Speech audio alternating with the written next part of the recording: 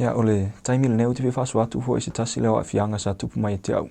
E tu sai fo i ma le Meaalofa le tuma langi samawhaine ia tu in mai te au le taimi Tautala i Samoa. Ia le taimi whaatu a mata ila misiona. Ia sa o alu fo i le MTC ma sa iai le nau te inga mai te au. O te toanga mai le susu enga o le ngana faasamoa. Ini ia mawhaina aoaoina fo i le ngana mai loa le awala o te tala atu le tala lei pia u taunu atu i Samoa. Ia ina ua o ulu atu le MTC sa whapena na aoaoina fo ia ti mātou whaiwhia o talai le ngana faasamoa. Ia te au lava ia sa whaingofie. Ai i le taimi sa whaatu au taunu atu i Samoa ma u whaalonga atu fo i le faasamoa i se tangata. Sa u whaapea. O e ua ese le ngana lai Tautala mai tangata i Samoa, ese le ngana sa aoaoina fo i le MTC i Utah.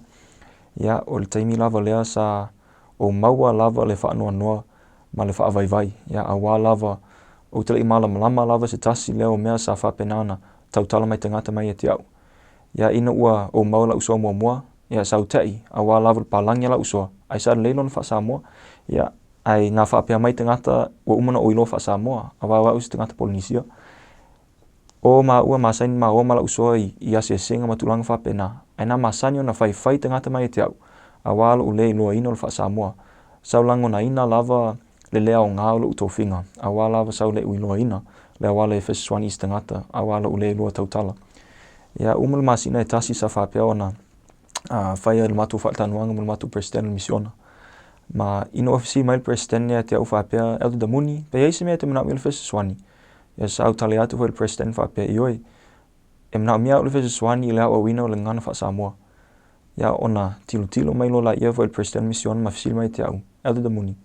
Pe o e whaitau ea mai le tusia mamona i le faasamoa. Ia sa au tale atu whapea le ai.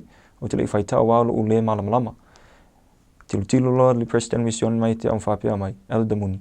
O te lea manao ia oe e toi whaitau le tusia mamona whaapalangi. Ai alu lo whale, ia alu masu atu se tangata e mawhaina ave lo tusinga pa ia whaapalangi. Ai nao le faasamoa te manao ia oe te whaitau mai ai.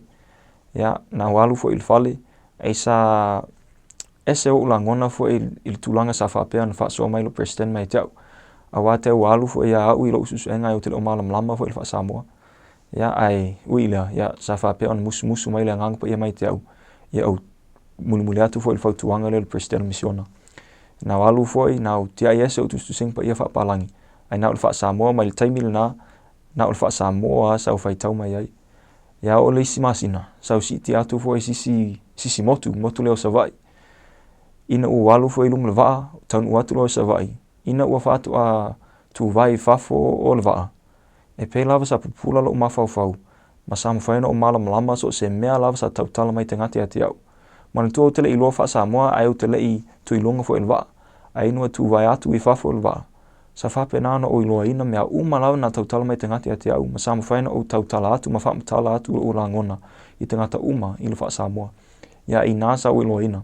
E moni ma le wha maoni fautuanga na sau mai le president misiona. Sa ia maua kia le pristua sa mawhaina tu in mai a te au. Ini mawhaina o mauina le Meaalofa le Tautala ngana i lo misiona. Ma sa mawhai no fesiswani i tangata.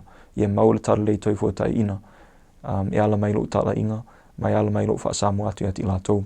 O te iloa e moni ma le wha maoni fo ilina tūlanga. E le mawhai au i tangata e sau mai Hawaii. Ona iloa ina le faasamoa. Atu atoa. Ia e pe lavo le taimi lavo lea. E au noa ma le fesiswani mai le te maulangi. So la muni maulea e moni ma le wha maoni lea tūlanga. Ma u te whae nei vaenga le swafe Jesu Christo. Amen.